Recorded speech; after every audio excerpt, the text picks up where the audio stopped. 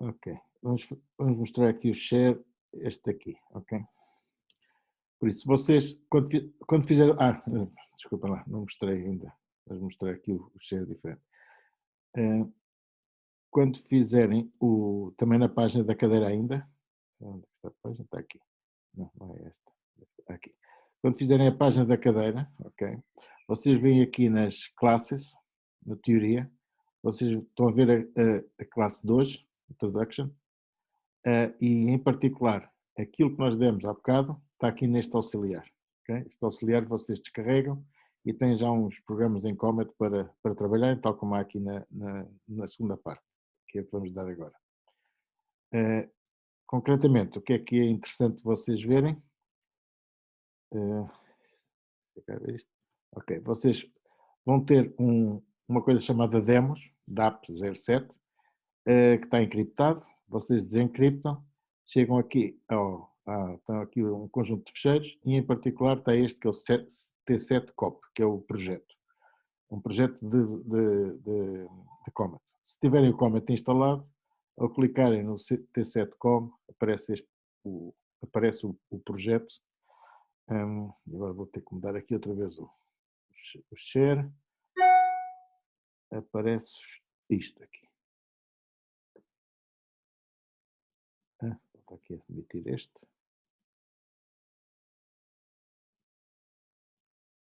Ok. Estão a ver isto? Estão a ver o IDE do Comet? Sim? Não? Sim, sim, sim. Pronto. Vocês têm aqui o T7 e verificam que no T7 tem aqui Comet Files. Os Comet Files tem aqui a Queens 8, tem várias Queens, ok? Estão lá mais, mas este é o que eu vou mostrar. E que vocês, como veem, têm aqui exatamente aquele programa que eu mostrei há bocado. Enfim, não é exatamente porque eu vou dizer que inicialmente as rainhas começam com esta posição. A primeira rainha está na linha 4, na coluna 4, a segunda na coluna 7, etc. Vocês dizem simplesmente que o varint, por isso vão definir as rainhas no size, neste caso são 8 rainhas, o size é de 1 até 8, e cada rainha tem o valor correspondente aqui à posição inicial. Depois tem o constraint system, que já vos mostrei, e depois tem aquele loop que eu vos falei, que enquanto houver violações e iterações for menor que 50, fazem isto. Selecionam ou trocam. Aqui acrescentei só mais, estou a pôr uma mensagem para ver o que é que está a passar. Em particular vou dizer que o I passou para a posição K e tem um conjunto de violações. Okay? Executo isto várias vezes, no fim meço o CPU time e mostro as violações, o número de iterações, a solução e o CPU time. Okay? Por isso, em princípio basta chegar aqui e fazer run. Ok? Cá está a solução. Por isso, eu mudei a 4, rainha 4 para a posição 6, depois a que estava na 4 passou outra vez para a posição 6, não sei se isto não está repetido, esta primeira deve estar repetida. Depois do 3 passei para a 3, a rainha 3 passou para a posição 3, assim é que é. A rainha 8 passou para a posição 4, por aí adiante. Isto tinha duas violações, duas violações, duas violações. A da altura tem 0 violações e para. Okay? E quando para, eu tenho uma solução, sem violações, só fiz 8 iterações, não foi preciso 50 vezes 8, e demorou 1 milissegundo. Okay? Nada que saber. Mais interessante, este aqui, o Queen's Assign. Queen's Assign aí já tem uma distribuição uniforme, vou começar para aí com 100 rainhas. Com 100 rainhas, começo as rainhas algures. Enfim, eu podia ter posto disso de getting. Aliás, posso pôr aqui já, não há problema pôr aqui. Ele vai começar com uma determinada distribuição, não me interessa qual é, não preciso do inicial para nada. E vai executar, ok? O resto é igual. Por isso, se eu fizer o run, cá está.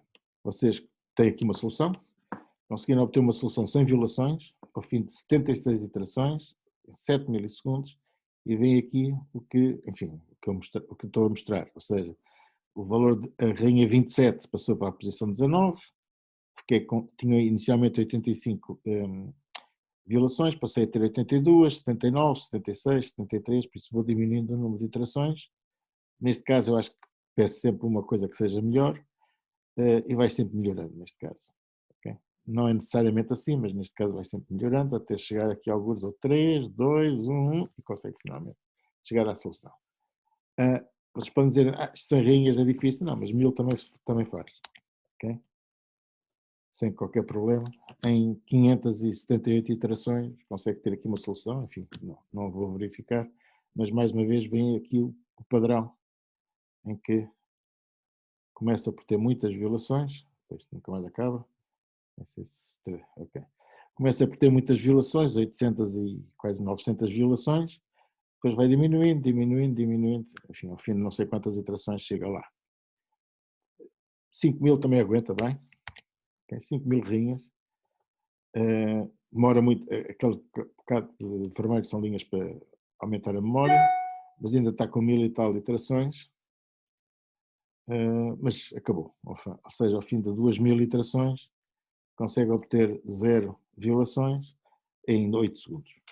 Okay?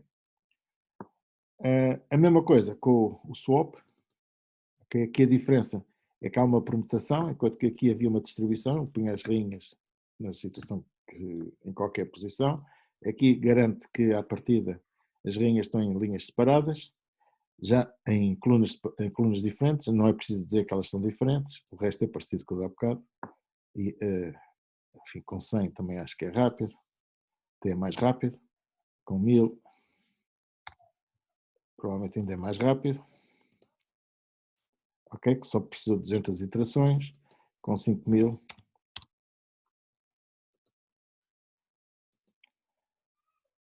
vai precisar de, ok, que já não é tão rápido, vou ver se já melhor ou não. Mesmo assim melhorou, há bocado eram 8 segundos, aqui demorou 6 segundos, com 1000 iterações, basicamente. E tem uma solução, ok? Por isso espero que, por isso o que eu vos vou pedir é que, a seguir à aula, vocês façam o download do fecheiro, do fecheiro do sistema Comet, instalem o Comet, ponham a licença, saquem também a licença da página, ponham lá no folder que eles pedem e, não, okay. E podem executar estes programas e podem começar a ver como é que se executam os outros programas que depois iremos dar na aula prática da próxima semana. Já agora relembro que, deixem cá, aqui está. Desculpe, não é isto. Ok, relembro então que o que eu combinei com vocês, espero que mantenham, que na próxima aula, em vez de ser na terça-feira de manhã, que seria a substituição da sexta, eu vou dar aula na quarta-feira, depois do almoço, às 2h30. Okay? Espero que possam, eu vou gravar de qualquer maneira, mas espero que todos possam para que possamos fazer a aula prática. Eu tenho já expliquei, tinha umas provas de agregação que marquei para a terça-feira a pensar que não havia problema, mas depois apanhou a terça-feira que substitui a sexta, enfim. História complicada, mas espero que não vos cause problemas. Ok. O que é que foi? Estas aulas estão gravadas, enfim, esta aula está a ser gravada, por isso a última aula e esta espero que estejam a ser gravadas. Não sei, não garanto a qualidade da gravação, sou um bocado nabo nisto, mas espero que depois se consiga ver sem problemas, ok? Esta está a ser gravada, a outra de há bocado também foi gravada. Bom, vamos passar então à aula propriamente dita, que é estes slides, ok? Que também estão lá na página. Por isso, vamos ver aqui nesta aula, fundamentalmente, dar uma revisão sobre o Comet. Vocês já viram uns exemplos, por isso é uma questão de agora começar a ver isto com mais alguma atenção. Eu vou passar os acetatos, enfim, alguns vou passar mais rapidamente, outros vocês têm isto para referência sempre, podem ir lá sempre.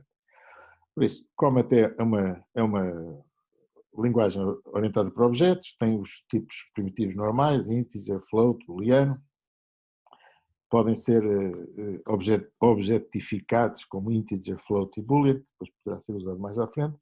Tem as operações normais aritméticas e com esses tipos podem criar arrays, matrizes, sets, strings, dicionários, stacks, queues, enfim, aquilo que vocês já estão habituados, as estruturas de dados que vocês já estão habituados, os objetos que vocês já estão habituados a utilizar. Ok? Muitos deles utilizam ranges, ok? Por isso já sabem que são usados para quê? Para definir os arrays, por isso os índices dos arrays, muitas vezes também para domínios de variáveis, e também para argumentos de loops, ok? Em loops de repetição. Um range é imutável, enfim, e podem obter o valor mínimo do range, o valor máximo do range e o tamanho do range, ok? Podem ver uma determinada posição. Em arrays, ok? Vocês podem declarar arrays de inteiros, ok? Em que a declaração é apenas feita com o range. Podem, ao mesmo tempo que declaram, podem inicializar logo. Podem inicializar, digamos, de uma forma indexada, para cada índice tem uma expressão para o índice correspondente. E também podem, pura e simplesmente, criar um array sem declarar a sua dimensão e instanciá-lo mais tarde com o new.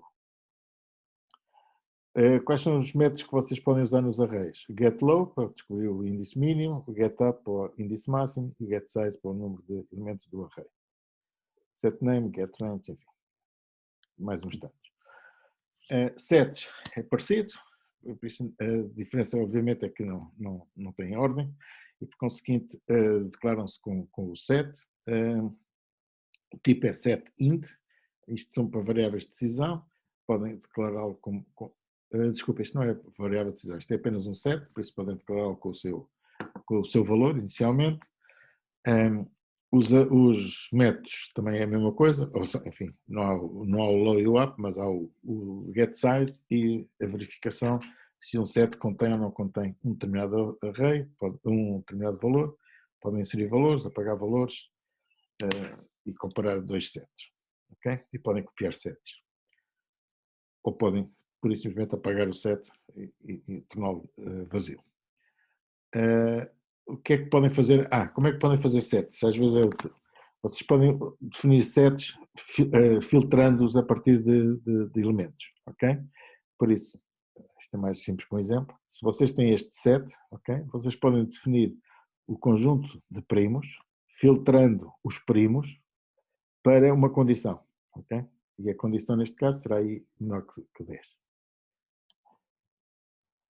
Também podem ser colecionados a partir de um set existente, filtram para obter um subset, mas também podem colecionar um set a partir de uma outra estrutura. Por exemplo, vocês podem, aliás, alterando valores, ok? Por isso, no caso do collect, o que vocês, em vez de filtrar simplesmente, aqui vocês vão criar um novo set em que para cada valor do set anterior vocês aplicam uma determinada função. Podem fazer também um all, ok? Por isso, ok, em vez de fazer um collect, ou seja, em vez de colecionar um set, vocês podem fazer a mesma coisa com um array. O que é um array? Definem um int, um array, por isso com abrir e fechar parênteses, o nome do fecheiro, o nome do array, e depois usam o all. O all é semelhante ao collect, só que neste caso todos os valores vão estar em ordem. Vão estar em ordem, ou seja, isto vai ser um array com 1, 2, 3, 4, 5, 6, 7, 8 posições. A primeira vai tomar 6, a segunda vai ser 9, a terceira 15, etc. E é criado um array. Aliás, usamos este construct nas rainhas, para dizer que o array constituído pela linha mais a rainha mais a linha, ou a rainha menos a linha, tem que ser todos diferentes. Continuação. Em sets, também podem ter a noção do argmin e argmass, ou seja, se vocês tiverem um conjunto de primos, se tiverem um conjunto de valores, vocês podem dizer que querem o mínimo nos primos que tome o valor I, ok? Por isso, se vocês perguntarem qual é o argumento mínimo em primos, ok? O argumento mínimo dos primos é 2, ok? é o argumento mínimo que aparece neste conjunto de primos, e o valor do i, o valor será o 7 e será o 9, ok? Será aqui o 7, aliás, aqui o 7 e aqui o 9, os índices. Por isso querem calcular o índice nos primos que tenham o valor i. O máximo é a mesma coisa, o máximo neste caso será o 9. Ups, deixem cá, há mais alguém que quer entrar.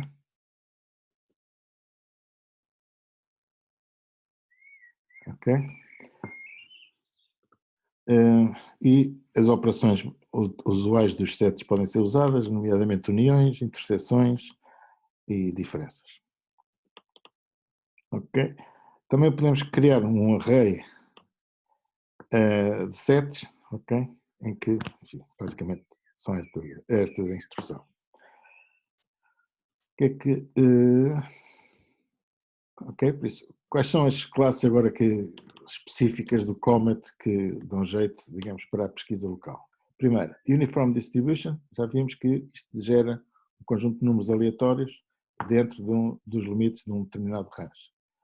Os métodos que podem ser usados são a construção, por isso declaram a distribuição uniforme com determinado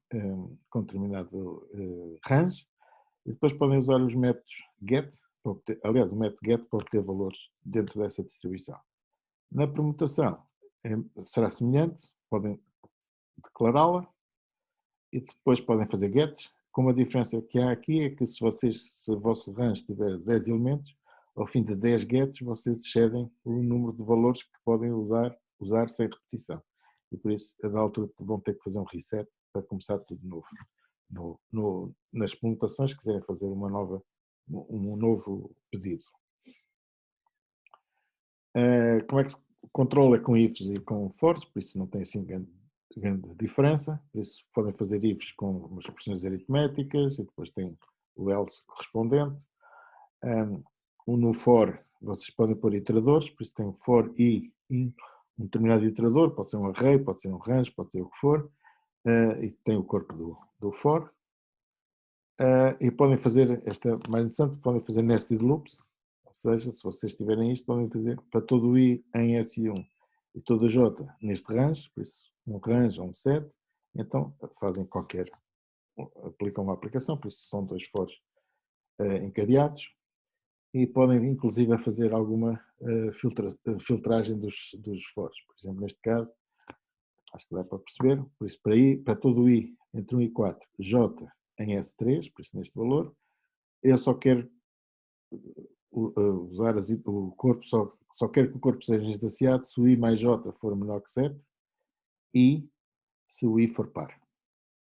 Okay? Por isso permite-me fazer filtragens, digamos, dentro destas condições. Neste caso, como vocês estão a pôr tem uma condição no i, uma condição no i devia ser posta logo a seguir ao i, por isso o mais eficiente seria dizer que o i é de 1 a 4, mas querem que o i seja par, e o j esteja no set S3, tal que o i mais j seja menor que 7. Podem fazer também estes esforços, a ordem pela qual executam, podem alterar com o by. Okay? Por exemplo, se vocês têm for all i em 4, que normalmente será de 1 para 4, mas se vocês fizerem o by menos i, isto será menos 1, menos 2, menos 3, menos 4, e como o for é sempre executado por ordem crescente, começa pelo valor que tem mais pequeno, menos i, ou seja, começa pelo 4, que é aquele que tem um menos i mais pequeno.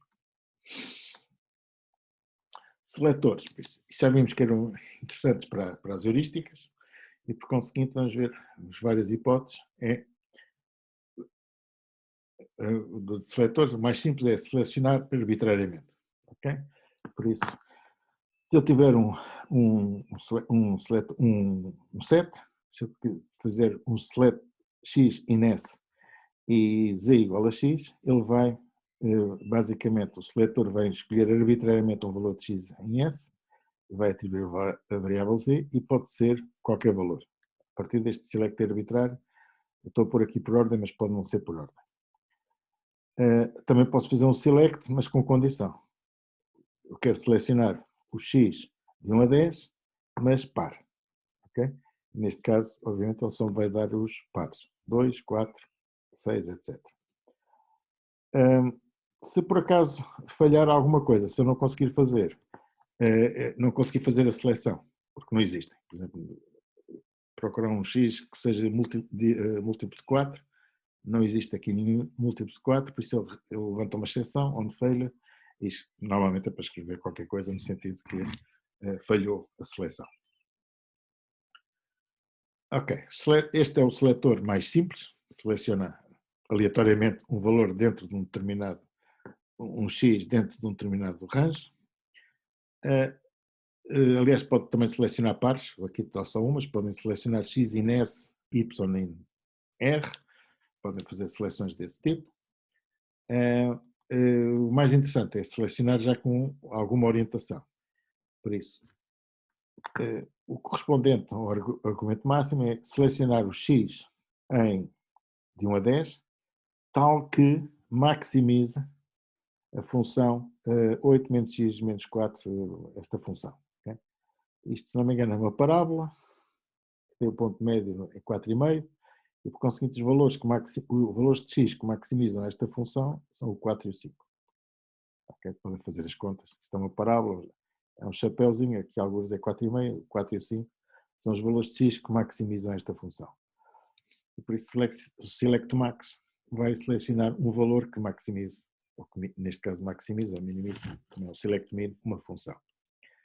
Estas seleções, às vezes, por isso nós queremos normalmente selecionar um valor que maximiza a função heurística.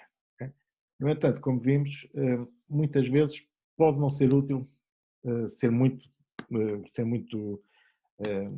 eager, ser muito goloso, e podemos escolher um valor que, mesmo não sendo o melhor, pode ser um segundo melhor. Depois iremos ver técnicas em que isso é utilizado, em que nesse caso o que podemos escrever é anteceder, digamos, a condição com um número, e neste caso o que nós vamos dizer é que selecione um valor que dê um dos dois melhores valores para esta função.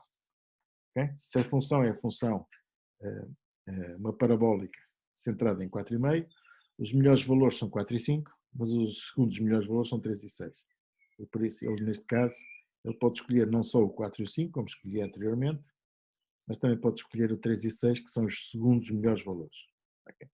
Isto muitas vezes é útil em pesquisa local, porque nós não queremos estar sempre a embicar pelo melhor, mas depois quando chegarmos lá, quando chegarmos a algoritmos que utilizam isto, é fácil de fazer essa especificação.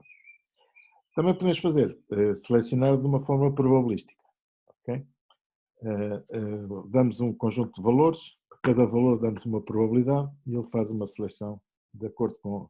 Se damos um conjunto de valores, um array com 10 valores, por exemplo, com 10 probabilidades, e com 10 valores de probabilidade, ele seleciona de acordo com a probabilidade de cada um. Enfim, tem vários, mas estes são os mais importantes. O select max, select min e o select com probabilidade. Mais, ok, vamos ver aqui um exemplo. Por isso é possível declarar variáveis. Muitas vezes existem funções, existem expressões complicadas que nós queremos usar quer na seleção, quer no corpo da seleção. E por isso nós podemos definir uma variável no próprio declaração da seleção para depois reutilizá-la mais à frente. Por exemplo, concretamente, nós queremos selecionar o mínimo de IJ, ok? Isto tipicamente é uma matriz, nós queremos calcular, selecionar os valores mínimos de IJ, aliás, os valores de IJ, tais que, vamos ver aqui, tais que minimizem delta, ok? Bom, para não ter que escrever esta expressão não sei quantas vezes, eu digo que o delta vale este valor, ou seja, o que acontece se eu trocar a variável I com a variável J, já estão a ver que isto pode ser usado nas rinhas. Por isso, delta é uma variável que toma o valor de o que acontece quando eu troco o I com o J, e por conseguinte eu posso dizer que estou interessado em ter uma seleção de dois índices, em que o primeiro seja menor que o segundo, A variação tem que ser pelo menos 2, ok? E não tem que escrever isto outra vez igual, maior que 2. Quero minimizar o delta e, finalmente, ainda posso dizer qualquer coisa aqui dentro do corpo. Se o delta for menor que 0, fazer qualquer coisa. Se eu não usar esta notação, tenho que escrever esta expressão não sei quantas vezes e basta calcular uma vez para não ter que andar a calculá-la N vezes e é, digamos, não só syntactic sugar, como também dá alguma eficiência. Ok, isto são constructs que podem usar. Ok, agora vamos entrar na parte da pesquisa local propriamente dita, que é o solver. Por isso, o solver o que faz é guardar todas as variáveis, restrições, tudo isso fica, digamos, incorporado num resolvedor, que é declarado com uma declaração deste género. E imediatamente existe um conjunto de métodos disponíveis. Okay? Quais são os métodos? Declarações de variáveis, especificação de restrições, especificação de funções objetivas. Okay? Funções de objetivo. Tudo isto ficam declarados dentro de um determinado resolvedor. Okay. Por isso, variáveis. A ideia é que as variáveis que são usadas são a base, tipicamente, dos modelos que vão ser usados em Comet e são as variáveis de decisão. Okay? Bom, vamos ver o que é que fazem além de ter variáveis de decisão de serem normais. Bom, a ideia é que cada variável incremental, por isso cada variável de decisão, é normalmente atribuído um domínio, normalmente na declaração, e com esses domínios é possível fazer algumas otimizações através do resolvedor. Por isso as declarações são feitas desta maneira, por isso já vimos aqui algumas, e notar que a atribuição de valores às variáveis é feita com o operador de 2 pontos igual. Ok, o que é que se pode fazer em relação a estas variáveis? Bom, além de terem um valor, podemos perguntar qual é o domínio com que elas foram declaradas, podemos mudar o domínio, por isso normalmente isto é o que se faz quando se cria a variável, mas depois durante a execução do programa pode-se mudar o domínio da variável. Pode-se perguntar qual é o solver na qual essa variável está atribuída, normalmente para passagem de parâmetros em funções. Nós nas funções queremos aplicar métodos do solver e por isso temos que passar o solver, ou quando passamos uma variável, depois temos que obter o solver na qual a variável foi declarada. Podemos obter, todas elas têm um identificador dentro de um determinado solver, por isso é uma questão que o solver internamente resolve, mas podemos saber o que é que deu, podemos querer saber qual é o valor dessa variável numa determinada solução, não vamos usar, estes aqui não são tão úteis. Podemos associar a variável a um resolvedor, como vimos antes, ou seja, ou atribuir, quando se declara uma variável, tem que se pôr logo à frente, digamos, o solver ao qual ela está atribuída. Okay? Neste caso, aqui estamos a fazer duas coisas. Estamos, por um lado, a atribuir um solver à variável, por outro lado, estamos a fazer um set domain, em que o set domain é o size, neste caso das rainhas, o domínio que as rainhas podem ter é a mesma de 1 a n, tal como elas são n rainhas. Exato, o segundo argumento é opcional porque normalmente é dado logo à partida, mas pode ser dado mais à frente com esta instrução. Ok.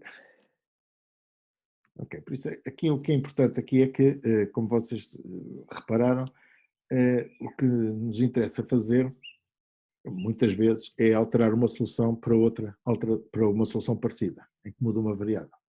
Bom, a questão que aqui se coloca é que, ao fazer isso, quando nós mudamos uma variável, aliás, uma solução para outra solução, normalmente existem N funções que estão a ser calculadas, por exemplo, violações que existem de restrições, que não são alteradas pelo facto de mudar apenas uma das variáveis, porque essa variável não entra nessa restrição. E por isso o Comet tem uma forma incremental de explorar estas vizinhanças. Okay? Este é o exemplo que estou a dar. Por isso, numa solução, pode ter milhares de variáveis, por exemplo, no caso das rainhas tem lá 1000 rainhas, e quando eu quero trocar uma rainha por outra, só vou mudar as violações que afetem essas rainhas, não vou mudar as violações que afetam as outras que não foram alteradas. E por conseguinte, é importante que este cálculo do número de violações que é alterado, etc., seja feito de uma forma incremental. Por isso é que elas se chamam incremental variables. Enfim, acho que é essa a razão. Concretamente, existem formas de garantir que certos invariantes se mantêm, independentemente do valor das variáveis, e por isso o sistema pode fazer propagação dos valores para alterar os invariantes, um pouco como se faz nas folhas de cálculo. Okay? Vou dar aqui um exemplo. Por isso, esta variável S, que é declarada no resolvedor M, é alterada automaticamente sempre que mantém sempre, de uma forma invariante, a soma das 20 variáveis, dos 20 valores de I vezes XI. Okay? Por isso, o valor da linha vezes o valor da variável. Por isso, eu posso usar este invariante e depois usar a variável S sem ter que me preocupar que cada vez que muda uma das variáveis XI tem que mudar a variável S. Isto automaticamente é mantido pelo solver na declaração do S como sendo um invariante. Ok, por isso isto é uma coisa declarativa, exatamente como se faz como existe nas folhas de cálculo. Não é? Quando se muda uma célula na folha de cálculo, essa mudança propaga-se para outras células da folha de cálculo que dependem da que foi alterada.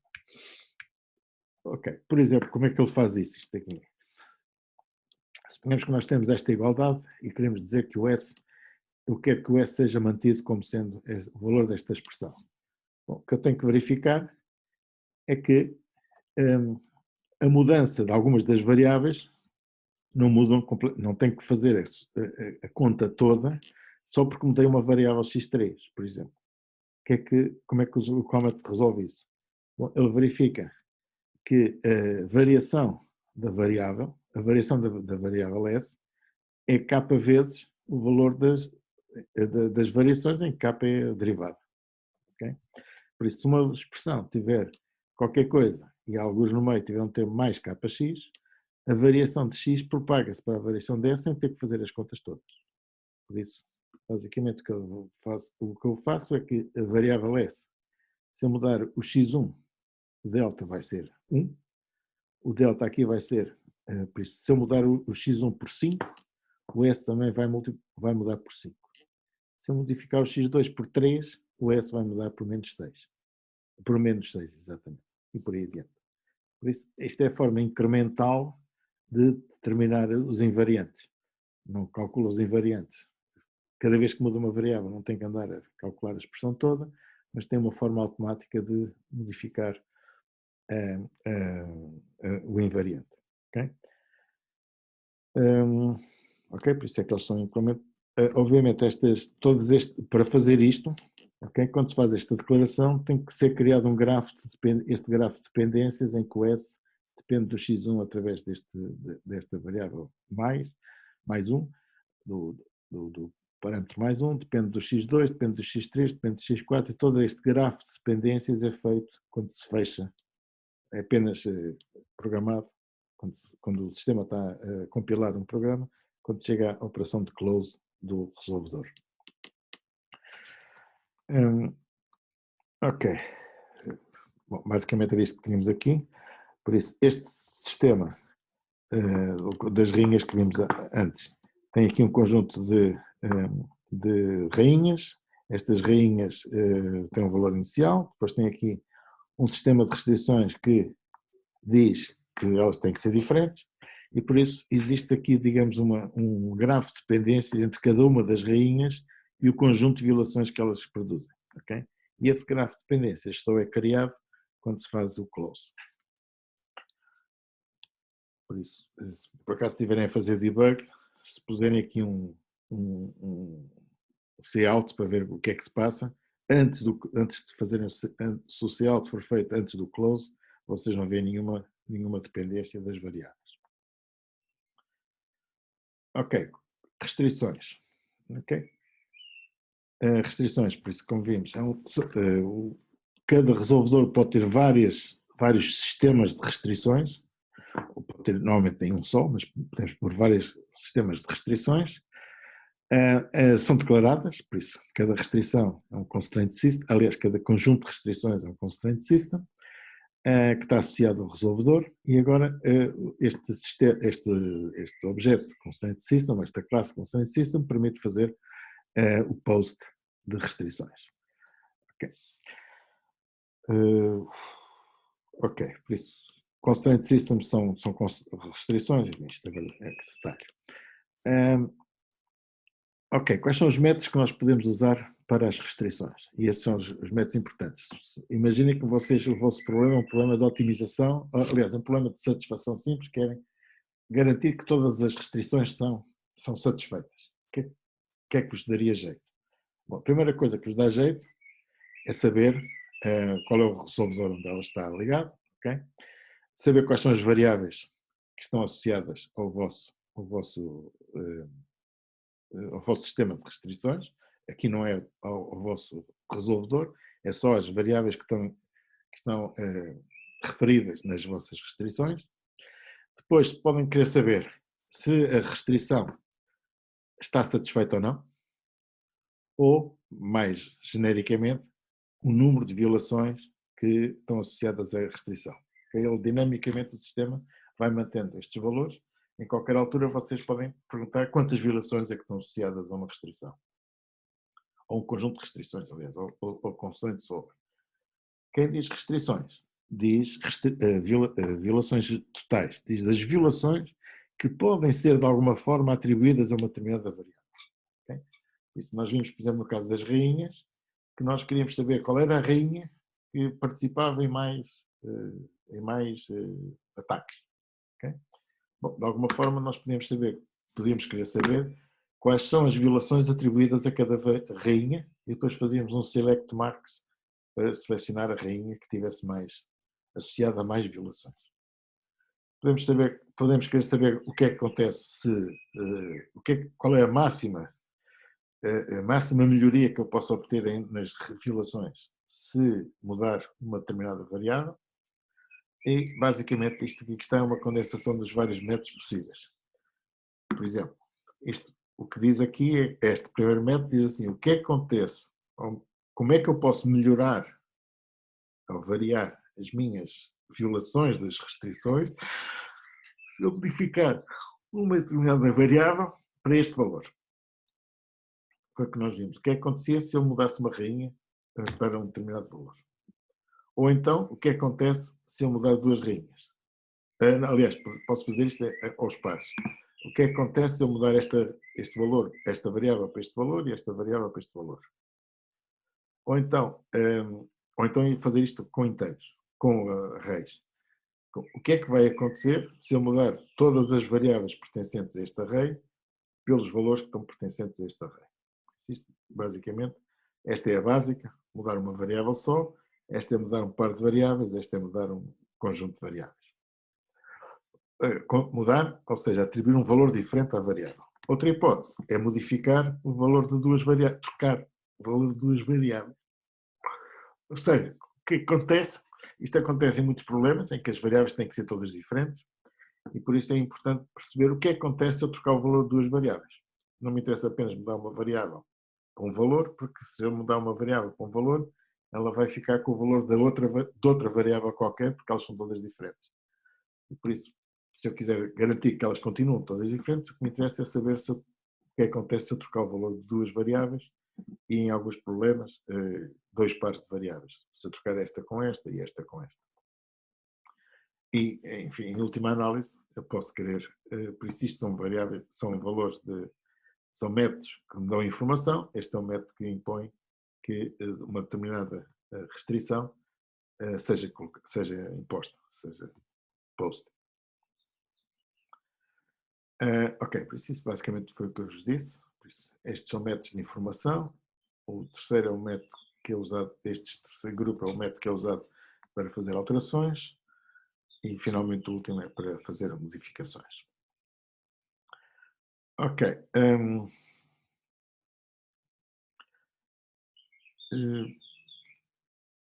Ok. Por isso, em muitos problemas de otimização, nós queremos melhorar o nosso objetivo. Na realidade, nós podemos definir o nosso objetivo como uma minimização do número de violações. Por exemplo,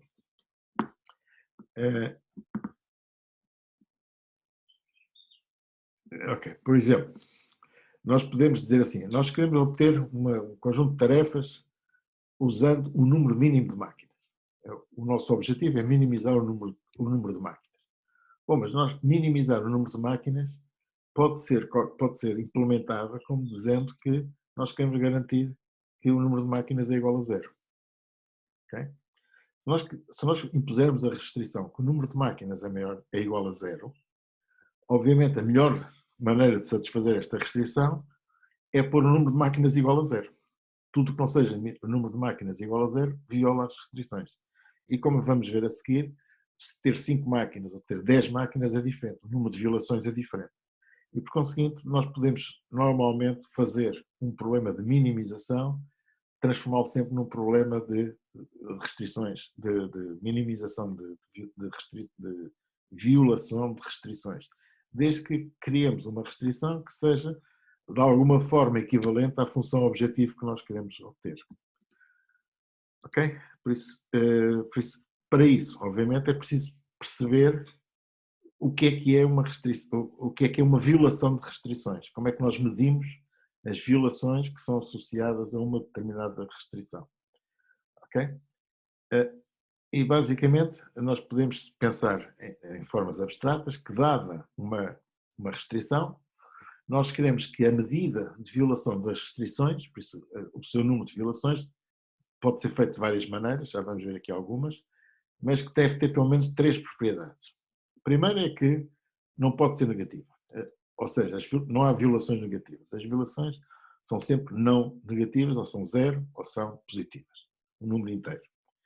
Depois, ou seja, as violações associadas a uma restrição, nas variáveis x, são sempre maiores ou iguais a zero, para todas as restrições e todas as variáveis. Mas também é importante saber que uma restrição, as violações são zero se e apenas se a restrição for satisfeita. Okay?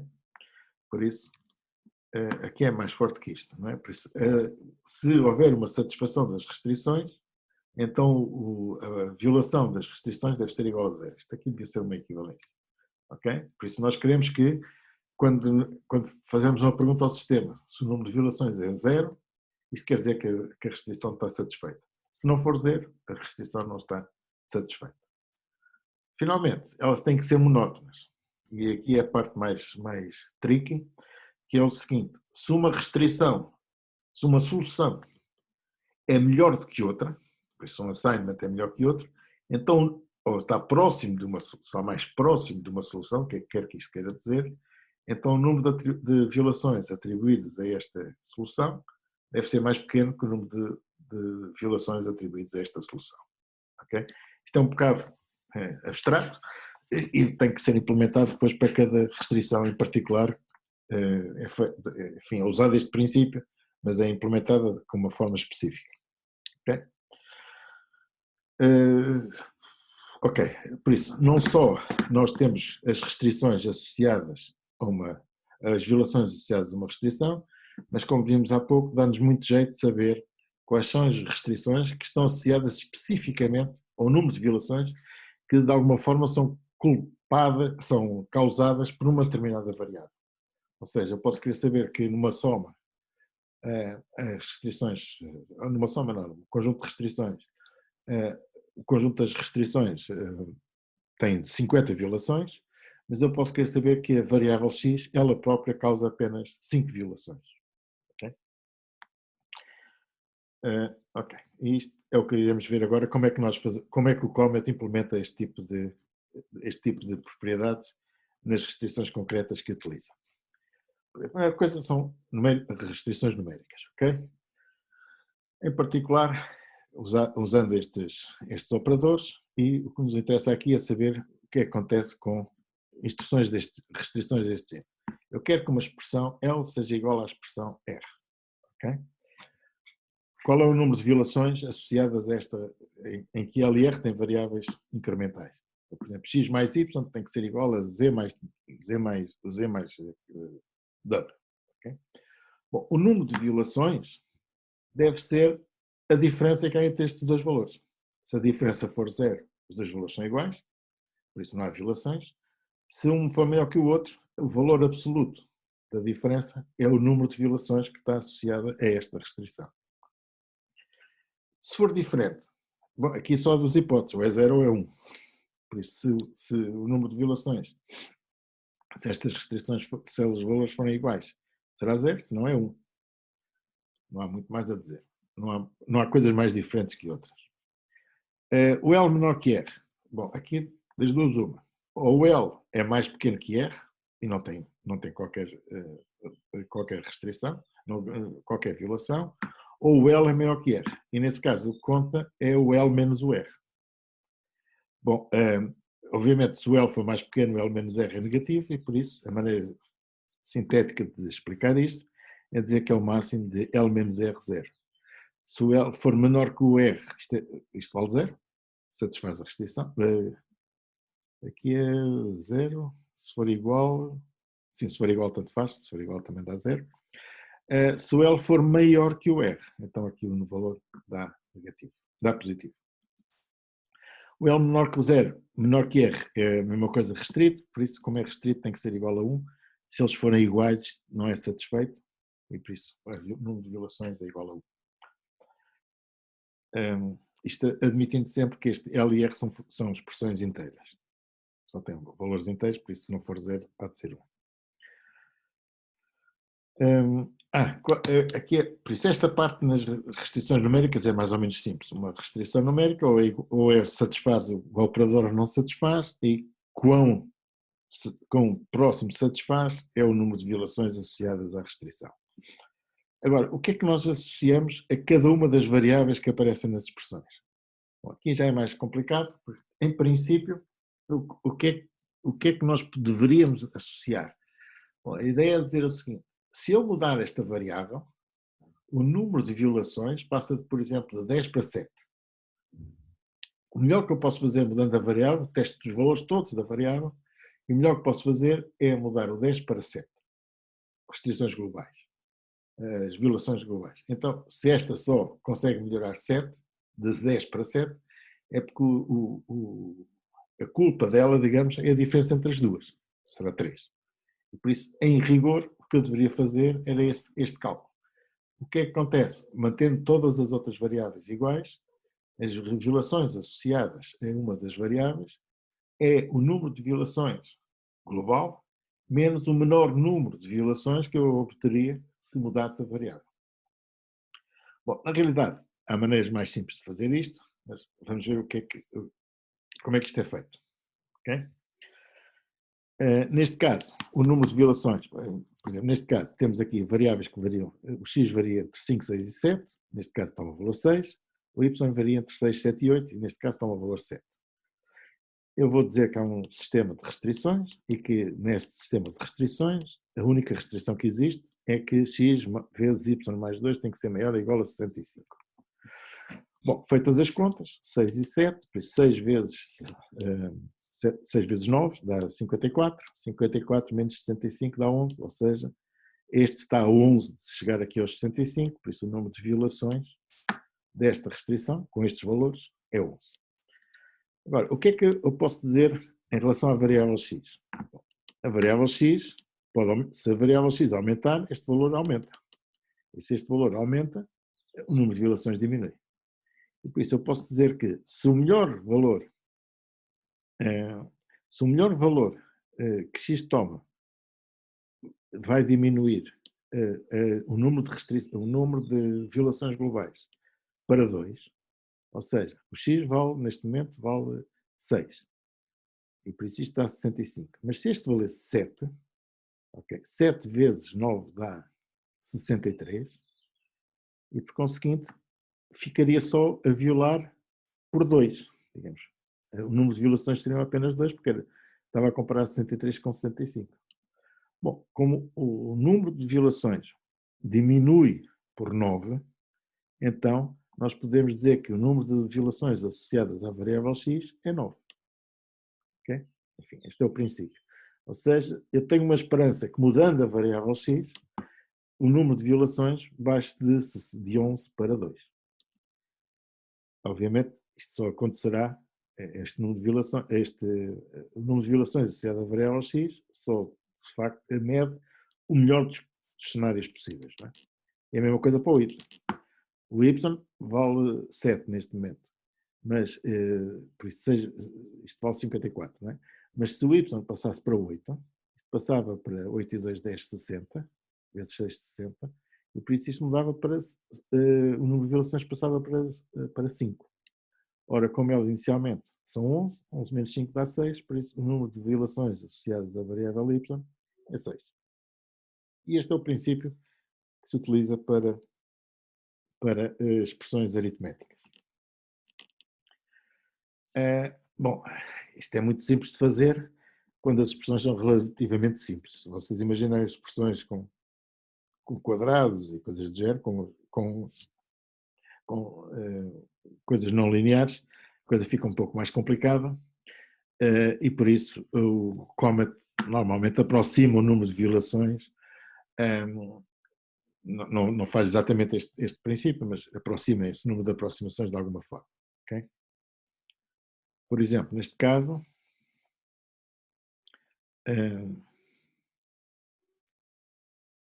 quando ele desiste, ok? Isto podem testar isso no Comet, quando olha para a expressão e acha que a expressão é muito complicada, ele diz, bom, nesta variável, nestas violações, embora havendo 7 violações com estes valores, 6, 2 e 1, se fizerem a conta isto dá 13, não é?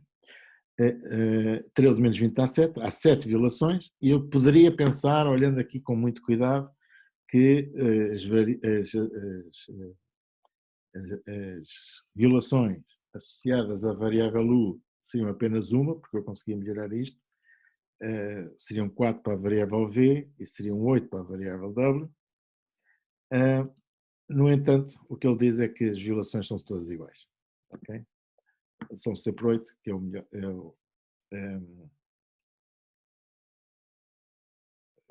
Ok? Por isso, todas as variáveis, embora umas sejam mais que outras, ele associa, se esta restrição tem 8 violações, ele associa igualmente, não vai olhar com detalhe e ver todas as variáveis que pertencem a esta restrição, vão ter digamos, vai-lhe ser atribuído um número de violações igual a 8. Obviamente, se eu tiver várias restrições, o número de restrições, o número de violações associadas a uma variável é a soma do número de restrições, de violações associada a cada uma das restrições. Isto é o que vem a seguir, ok? Eu posso querer fazer um post, por isso, pôr duas restrições, quer esta, quer esta. Bom, na realidade, um AND é a mesma coisa que fazer duas separadas, podia fazer isto com cpost isto e cpost daquilo, mas é igual. Mas o que não é igual é o ou, ok? Eu posso querer satisfazer ou esta restrição ou esta restrição, ok? E, por conseguinte, o tratamento é diferente.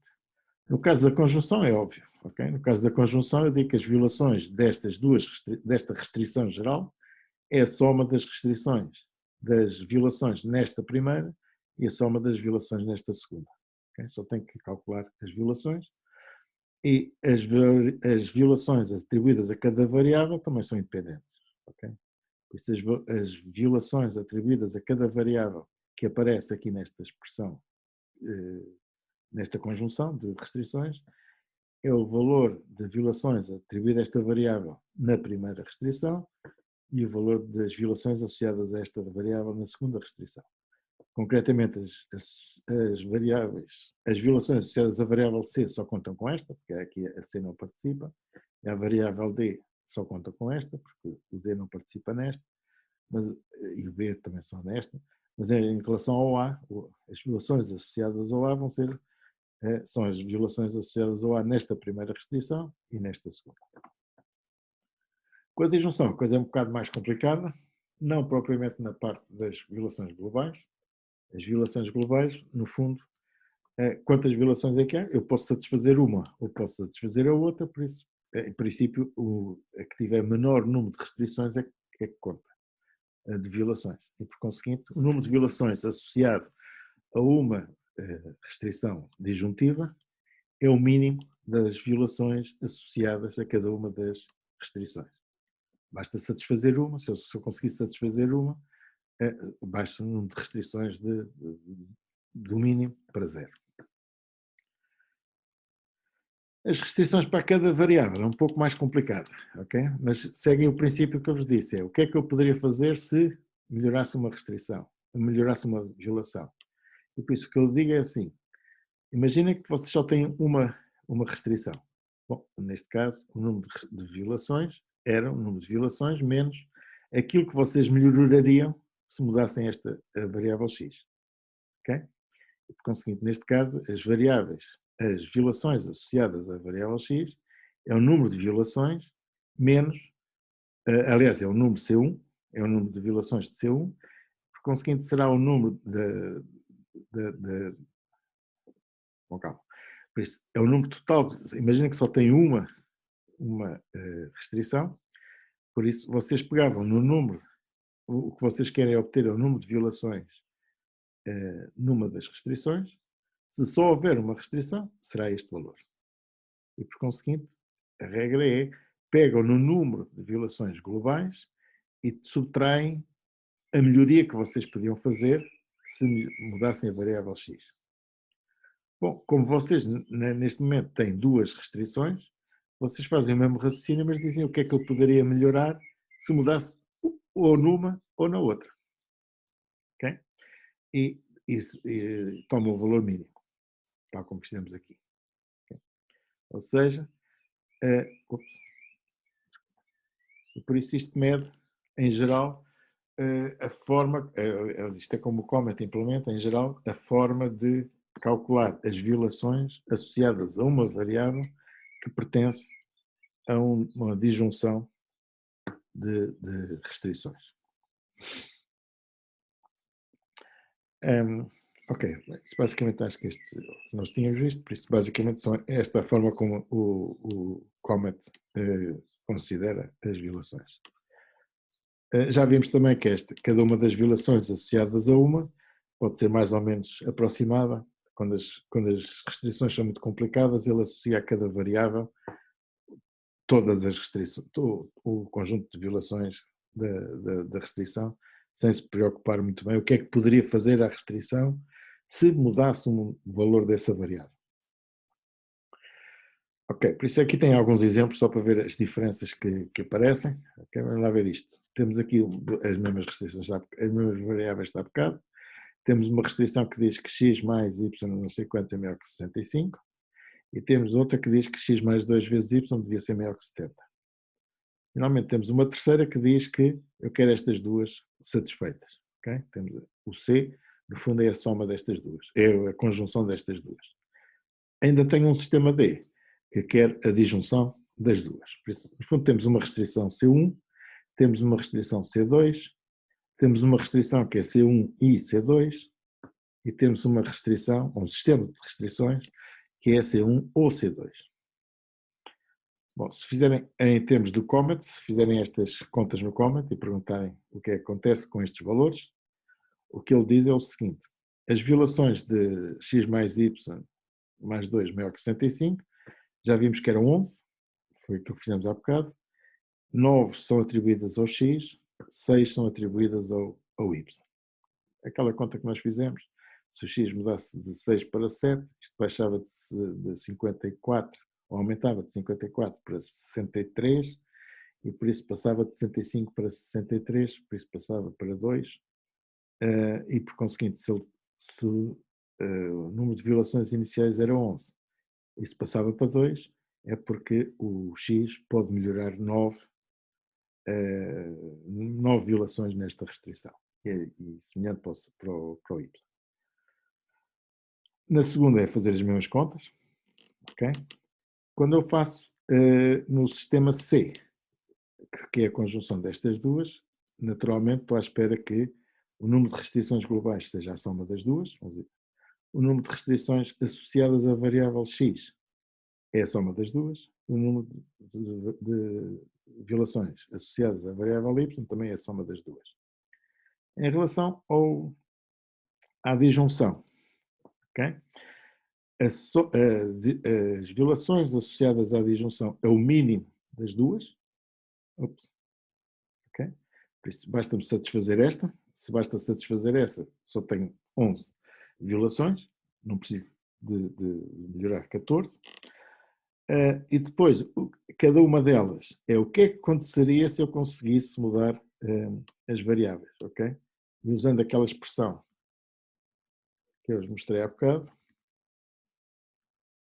usando esta expressão que eu vos mostrei há bocado, é fazer estas contas para saber o que acontece. As violações na variável x são as violações totais, okay? Menos o mínimo das diferenças de violações. Por conseguinte, se eu não me engano, aqui as violações desta são 9 e desta são 7, por isso o mínimo entre este e este, ou seja, com esta posso passar para 2 violações, com esta posso passar para 7 violações, por isso o que tenho que fazer é, o que é que minimiza, é passar de 11 para 9, e por isso são 9 que são associadas a esta variável. Aqui é a mesma coisa, dá o 6 pela mesma razão. 11 menos 6 dá 5, 14 menos 8 dá 6, o mínimo é esta, por isso é o 6 que conta.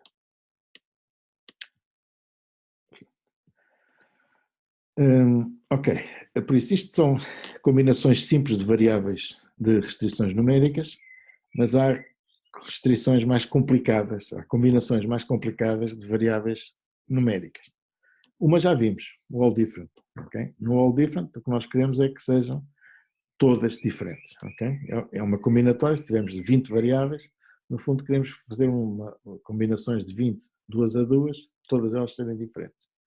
Ou então, algumas outras restrições que eu vou mostrar aqui, uma que é at most, outra knapsack, saco mochila, e outra uma sequência, já iremos na altura.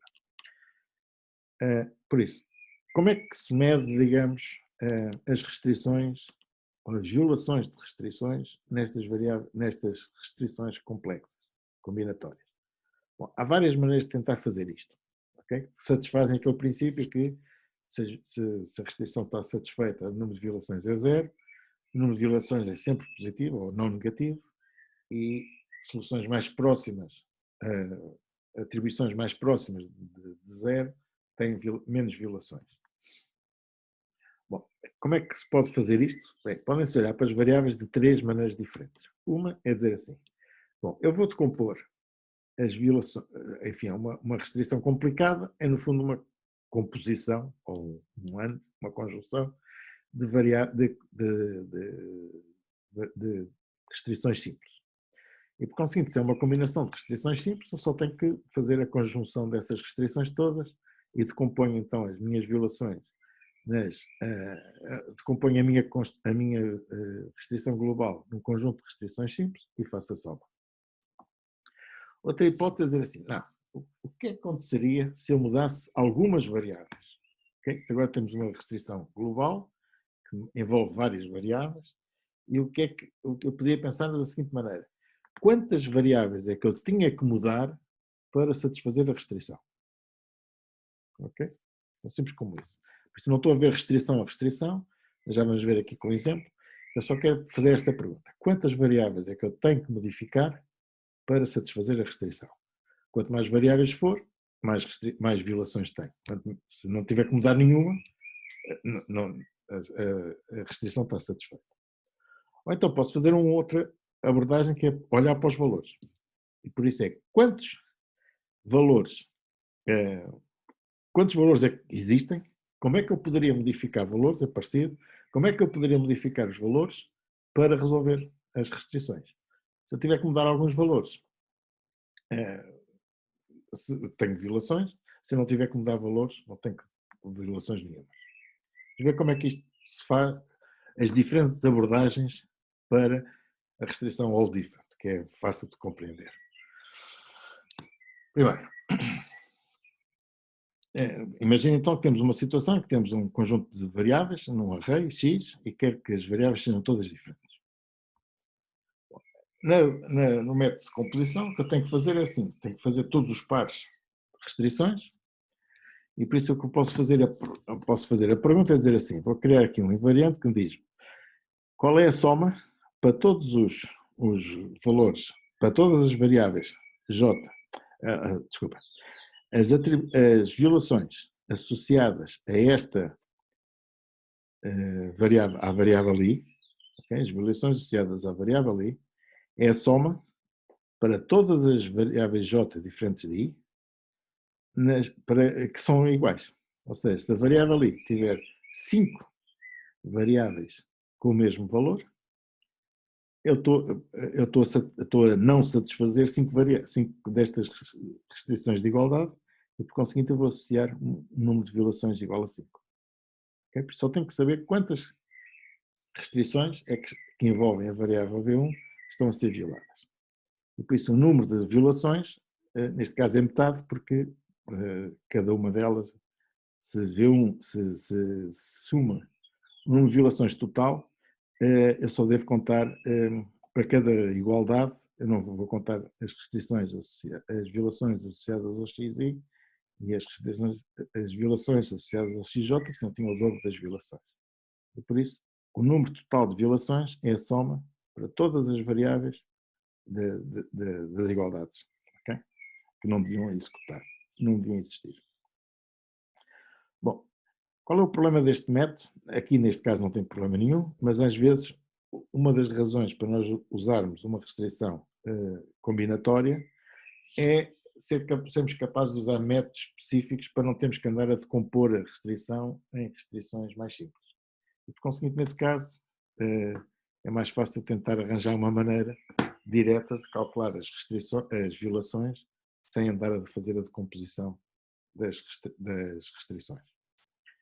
Bom, número de variáveis, aliás, pelas variáveis, ok? Por isso só temos que saber quantas variáveis é que deveriam ser modificadas para que a restrição passasse a ser satisfeita. E por isso, o que nós temos é, cada variável é atribuída a uma violação se o valor está repetido. Ou seja, se uma variável tem um valor igual a outras, 1, 2, 3, 5, essa variável tem que ser medida, tem que ser alterada. Okay? Por isso, a única coisa que eu me preocupo é dizer assim, para todas as variáveis, eu calculo uma função f, um vetor f, que diz-me que a soma para todas as valores,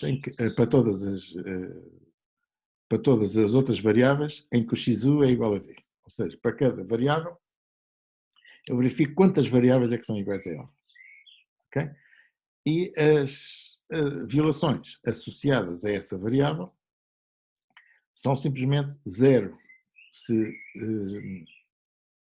as violações, exato, é se o f de x for maior que 1. Por conseguinte, se for igual a 1, ela própria tem o valor, por isso não há problema, mas se houver mais do que duas variáveis com o valor que ela tem, aí já existe esta comparação é verdadeira, e por conseguinte isto é every cast tem 0, 1, e por conseguinte sempre que houver mais do que uma variável com o valor que esta variável tem, eu atribuo um erro de 1 a essa variável.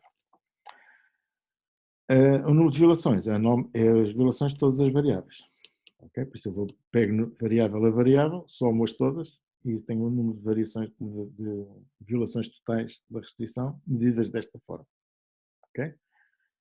Mais uma vez, nem sempre é possível fazer isto. Okay? Não é muito fácil de saber quantas variáveis é que podem mudar, porque elas podem mudar numa expressão, mas não mudar na outra, e não é muito fácil saber como é que isto se faz.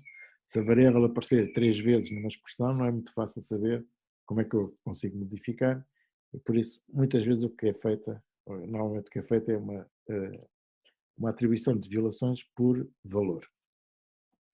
O que é um valor? Bom, um valor é atribuído. Agora, as violações são atribuídas aos valores. Ou seja, cada valor pode estar mais ou menos envolvido em violações. Depois, a contagem das restrições é associar a cada variável o, o número de violações que é associado ao valor que essa variável tem.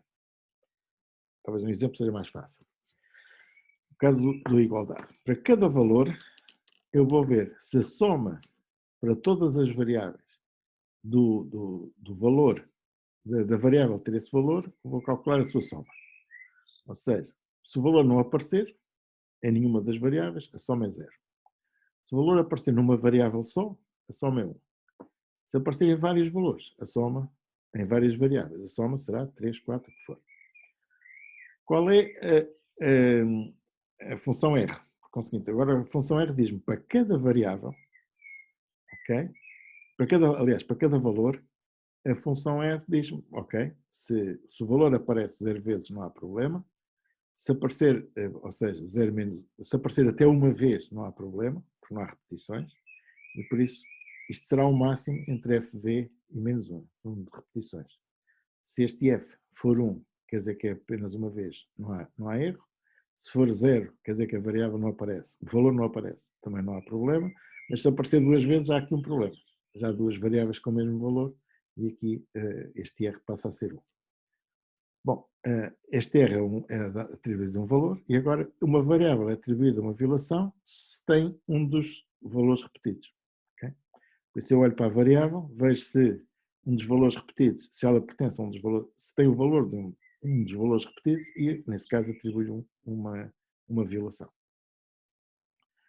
Ok, vamos ver aqui, e por conseguinte, o total também é a soma para todas as variáveis. Ok, este é o método mais vulgar, mas podemos ver aqui um exemplo do que é que isto dá com uma situação muito concreta. Por isso, temos um array X, que são estes. Okay? Este array é o array de variáveis que era suposto serem todas diferentes. Ora, qual é a frequência dos vários valores?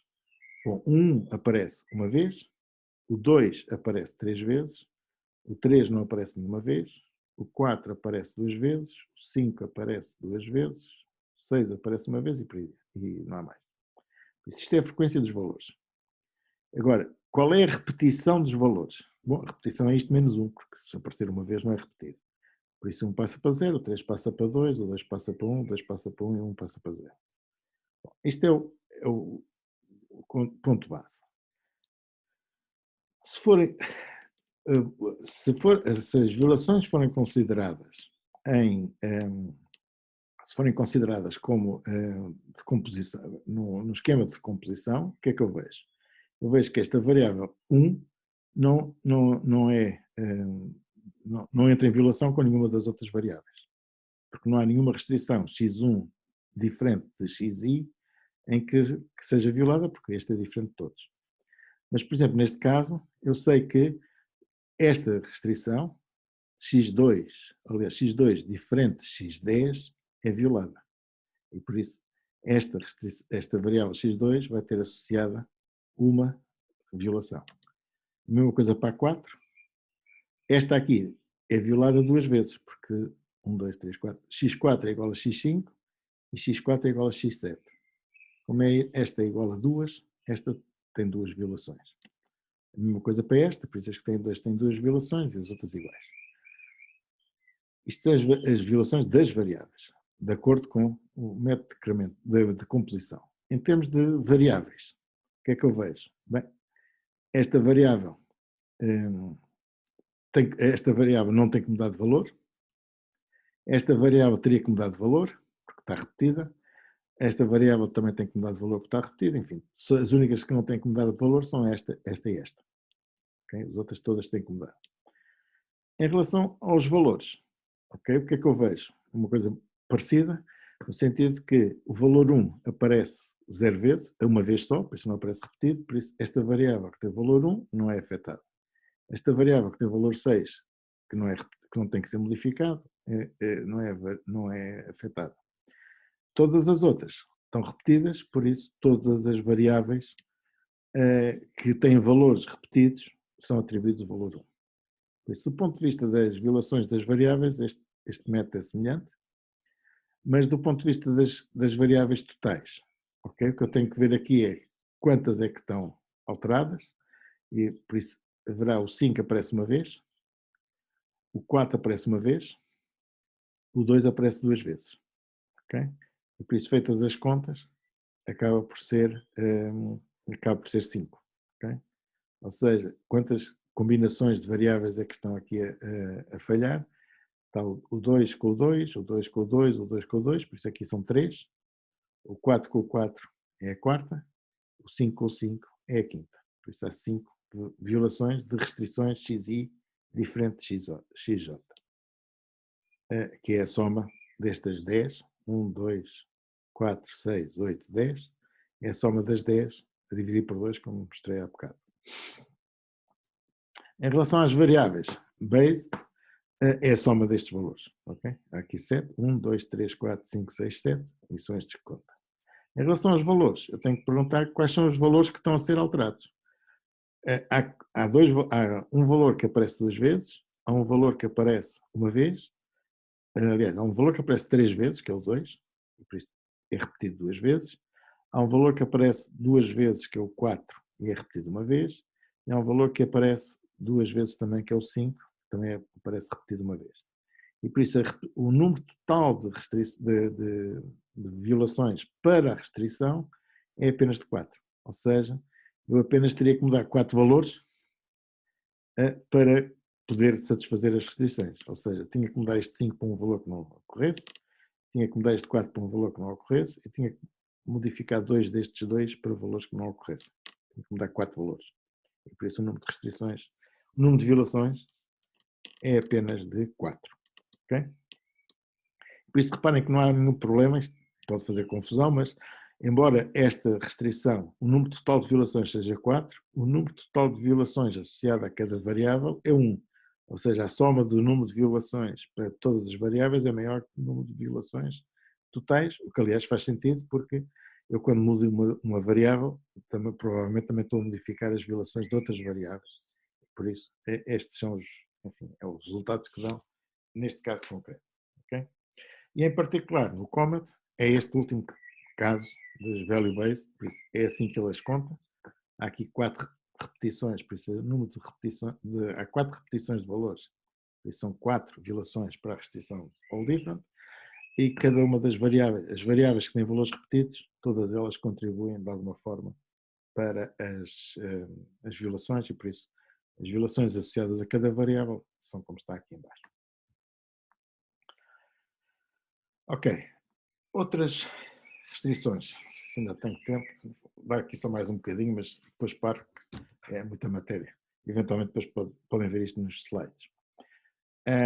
O at most, ok? O que é o at most? É uma generalização do all different em dizer que, ok, não há, se um valor aparecer algumas vezes não há problema desde que não exagere, ok?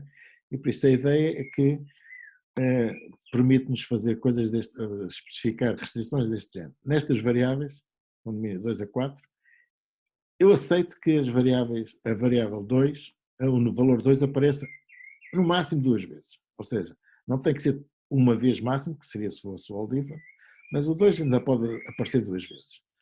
Mas o 3 já só pode aparecer uma vez. E o 4 pode aparecer até 3 vezes. Okay? Bom, para isso basta dizer qualquer coisa deste género. Há 5 variáveis, não é? Variáveis de 1 a 5. O domínio delas todas é 2 a 4. O limite dos domínios é 2, 1 e 3, ou seja, a variável 2, o valor 2 só pode aparecer no máximo duas vezes, o valor 3 só pode aparecer no máximo uma vez, e o valor 4 só pode aparecer no máximo 3 vezes. E agora tenho um valor, ok? Como é que eu declaro isto? Vou dizer simplesmente que há uma rede de variáveis com estes valores, com estes domínios, e agora digo, ok, tem aqui uma restrição que diz que neste array A quero impor este limite, que está definido aqui, aos valores que as variáveis podem tomar. Ok? Esta é a especificação que é feita e no fundo, pôr no limite ao valor que as variáveis podem tomar. O knapsack é um pouco diferente porque as variáveis não contam, aqui basicamente cada variável conta uma vez. No knapsack, ou saco mochila, a variável conta de acordo com o peso que ela tem. Okay? Como uma mochila. Há variáveis mais iguais que outras, mais pesadas que outras. E por isso o que eu tenho que dizer é o seguinte, como é que ela pode ser especificada? Tenho as mesmas variáveis, tenho os mesmos domínios, mas agora para cada variável tem um determinado peso. Ok? Por isso, aliás, exato. Por isso a variável 1 tem um peso 5, a variável 2 tem um peso 1, etc. E agora a capacidade que eu agora tenho é assim, é 2, 6 e 5, quer dizer que só pode haver, onde é que está isto? O peso total das variáveis que tem o valor 2 não pode exceder 2. Ok? Este 2 aqui era o número de variáveis que podia tomar o valor 2. Isto aqui é o peso das variáveis que tomam o valor 2, não pode exceder este valor. O peso das variáveis que tomam o valor 3 não pode exceder o valor 6, não pode ser 6, e o peso das variáveis que tomam o valor 4 não pode exceder 5. Okay? E é isso que eu digo. Digo, nas variáveis A, que têm estes pesos, têm que respeitar estas capacidades. Okay? Vamos ver aqui um exemplo de aplicação.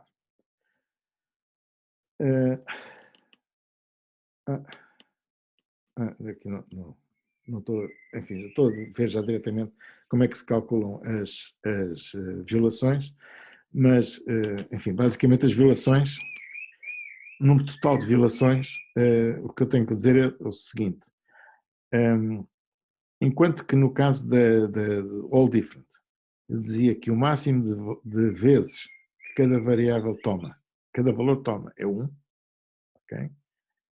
Ou seja, eu impunha sempre para cada valor, eu verificava se o número de valores, o número de vezes que o valor acontece é superior a 1. Se não for superior a 1, isto é 0, e a soma destes valores, a soma desta expressão máxima para todos os valores dá 0.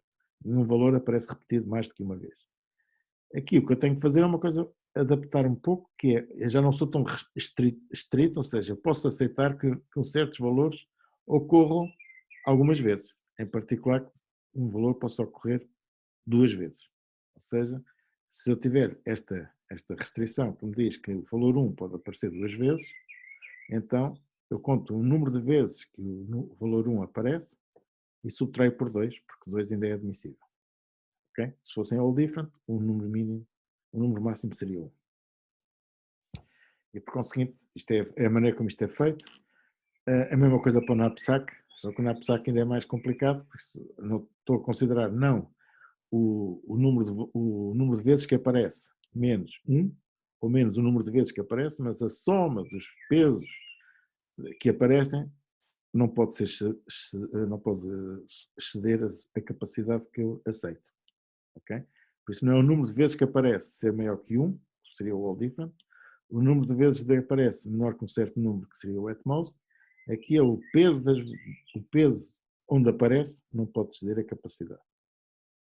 Okay? Vamos ver aqui um exemplo, talvez que seja mais simples de ver. Digamos que eu tenho estas variáveis, ok? Eu tenho aqui, quer a parte do at most, ou seja, nestas variáveis, 5 variáveis, tenho o domínio 2 a 4, tem este valor. A primeira vale 3, a segunda vale 2, etc. Eu tenho estes limites, a variável 2 só pode aparecer 2 vezes, no máximo, a variável 3 só pode aparecer no máximo uma vez, a variável 4 pode aparecer 3 vezes. Okay? Esta nunca tem problema, aliás, tem, porque há 5 variáveis. E digo que estes são os limites. Para os pesos é a mesma coisa, mas digo agora que o peso da primeira variável é 5, 1, 3, 1, etc. Bom, o at most, quantas violações é que tem? Bem, eu olho para aqui e vejo valor 2. O valor 2 aparece uma vez só. Ok? Não há problema, porque ele pode aparecer 2 vezes. O valor 3 aparece 3 vezes. Bom, mas o máximo devia ser 1. Então há uma violação do 2. Ok?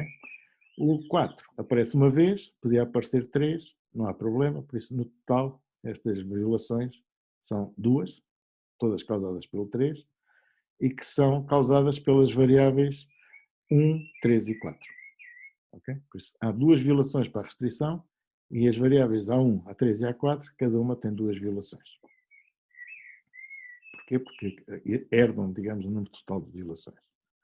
Agora, na APSAC, aqui é mais complicado, vamos lá ver. quantas variáveis é que tem o peso, qual é a capacidade da variável 2? A capacidade é 2. Quantas variáveis é que tomam o valor 2? Só a segunda. Quanto é que a segunda pesa? 1. Bom, 1 é menos que 2, por isso não há nenhuma violação associada à capacidade da variável 1. Variável 2, aliás, isto é 2, 3 e 4. A variável 3 a soma dos objetos, digamos, com um valor 3 não pode exceder 6. Ora, eu tenho aqui 3 objetos com valor 3, que valem 5, mais 3, 8, mais 1, 9. Por isso, tenho 9 no total, mas eu só posso ter 6. Okay? Então quer dizer que há uma violação de 3. No valor nas variáveis que têm valor 3. A variável que tem valor 4 só posso ter uma capacidade de 5. A única variável que tem valor 4 é esta. Esta pesa 7. Okay? Bom, se pesa 7 e só podia ter o peso 5, também excedo a capacidade por 2, por isso no total tenho 5 violações. As variáveis 1, 3 e 4 têm 3 violações, porque é a violação desta restrição e deste limite, e a última variável tem uma violação do 2. Bom, eu vou passar a sequência, que isto é bom, vocês depois podem ver isso com cuidado, mas isto é para um problema muito específico.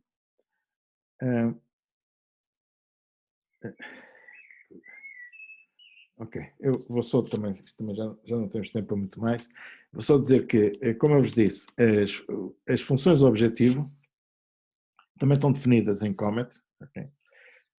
Mas, enfim, há aqui um texto, mas tipicamente uma função objetivo, ou seja, se eu quiser dizer que uma função, o valor da função tem que ser minimizado, a técnica normal em Comet é, normalmente, as funções objetivas estão menos implementadas e por isso até normal que se utiliza é dizer que a função, se eu quero minimizá-la, eu digo que ela deve ser igual a 0, admitindo que ela é sempre positiva.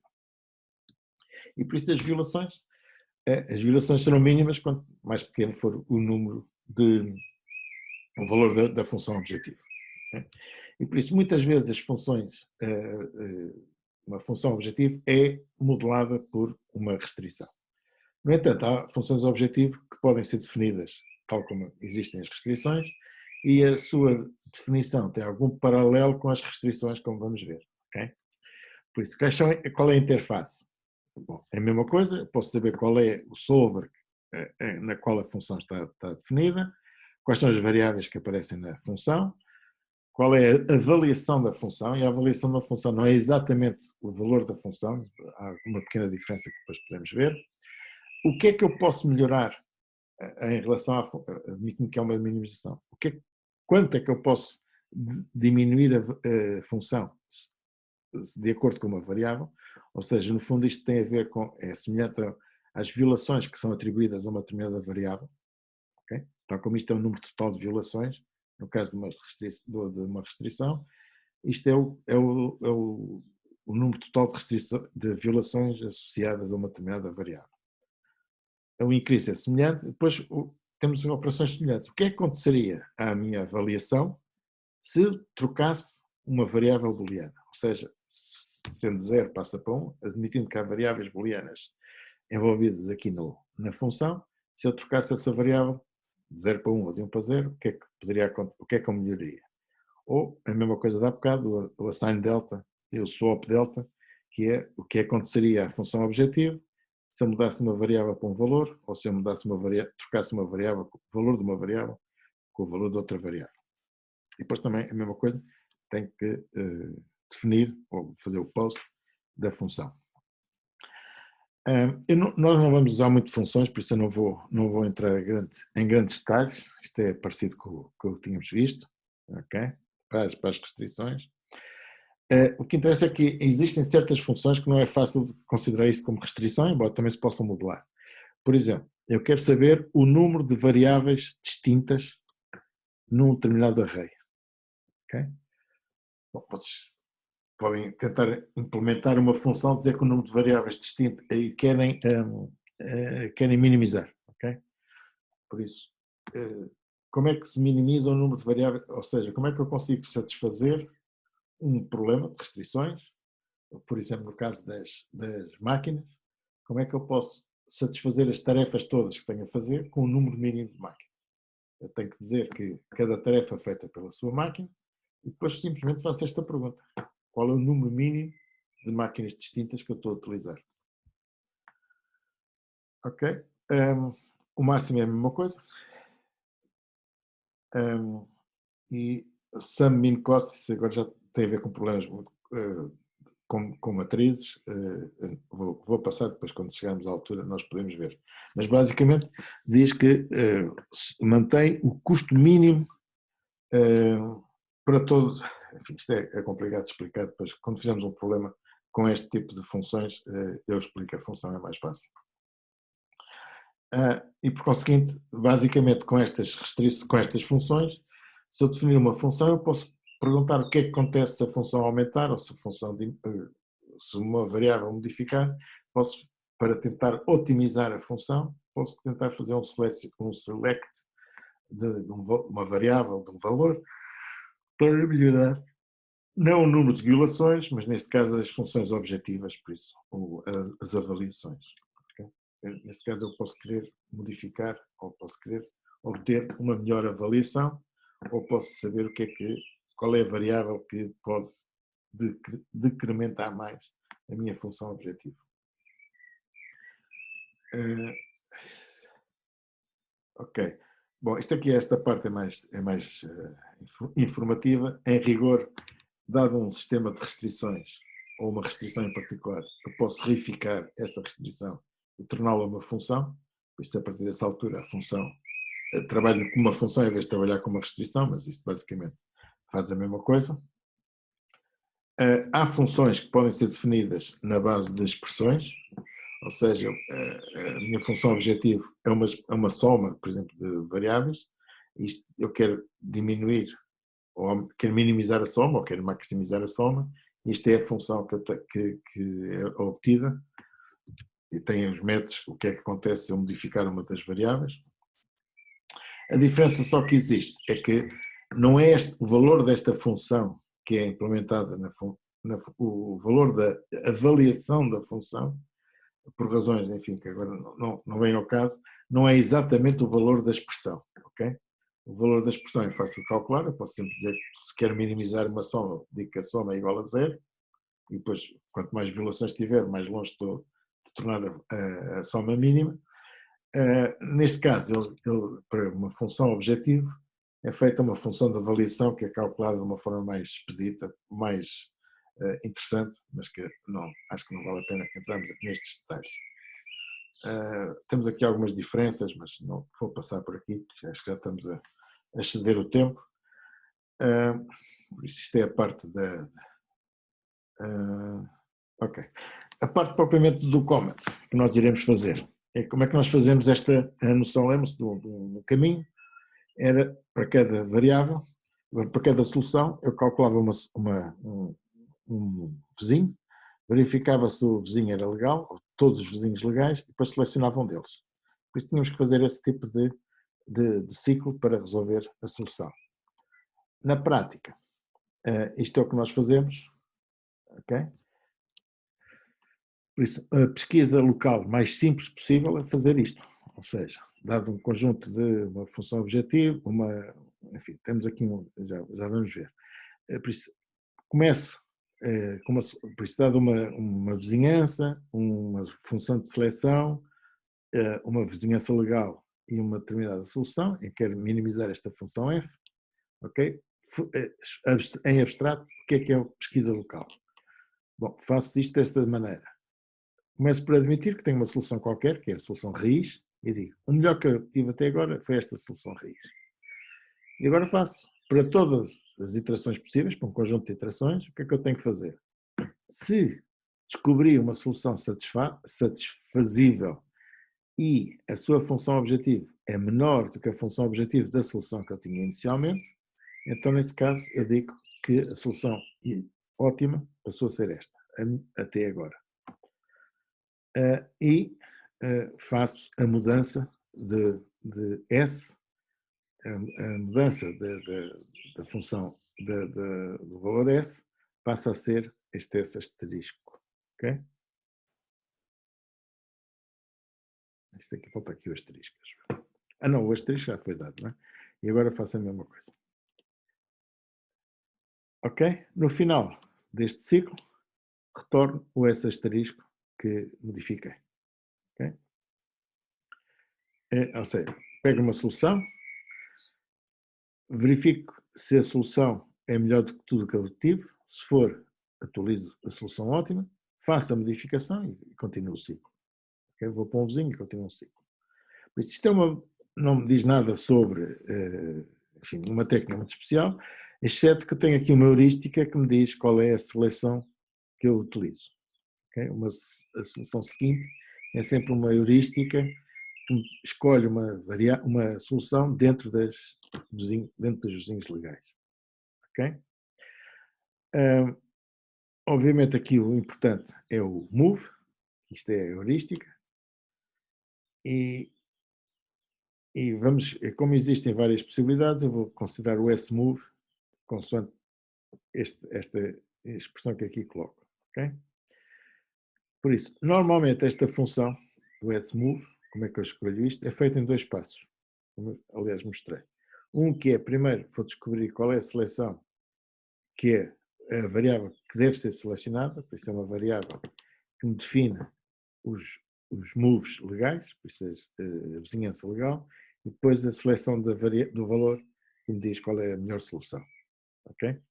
E por isso a melhor maneira de fazer este move é selecionar uma variável qualquer e selecionar um valor da variável. Okay? E depois dizer que a variável I passa a ter o valor V que eu selecionei. Uma heurística. Esta é uma mudança completamente arbitrária. Uma heurística vai tentar dirigir estes moves. Eu vou passar aqui. Okay? Tipicamente, o que eu vou fazer é selecionar uma variável que minimize uma função heurística e depois selecionar uma função heurística da variável, por exemplo, aquela que aparecem mais violações, e a selecionar ao máximo é calcular a variável que melhora mais a minha função heurística. Ok? Por isso, isto agora depende de qual é a função heurística que eu vou usar para a variável e para o valor, mas tipicamente são as variáveis que aparecem mais conflitos e os valores é aqueles que melhoram quando eu os troco. Ok? Eventualmente, se eu fizer isto muitas vezes, tenho sempre a mesma solução e eu posso eventualmente dizer, não, eu não vou obter sempre a melhor variável ou o melhor valor e vou permitir que haja capa, a melhor dentro das capas melhores, uma das capas melhores, ok?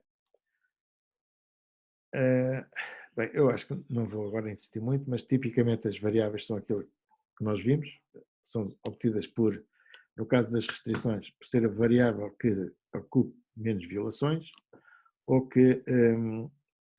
ou no caso das funções objetivo, que melhorem mais a função objetivo, e para o valor é aquela que ou que melhora a restrição se atribuir esse valor, ou duas variáveis, trocar o valor de duas variáveis que melhorem a função, o número de restrições violadas, ou a mesma coisa para o número de funções.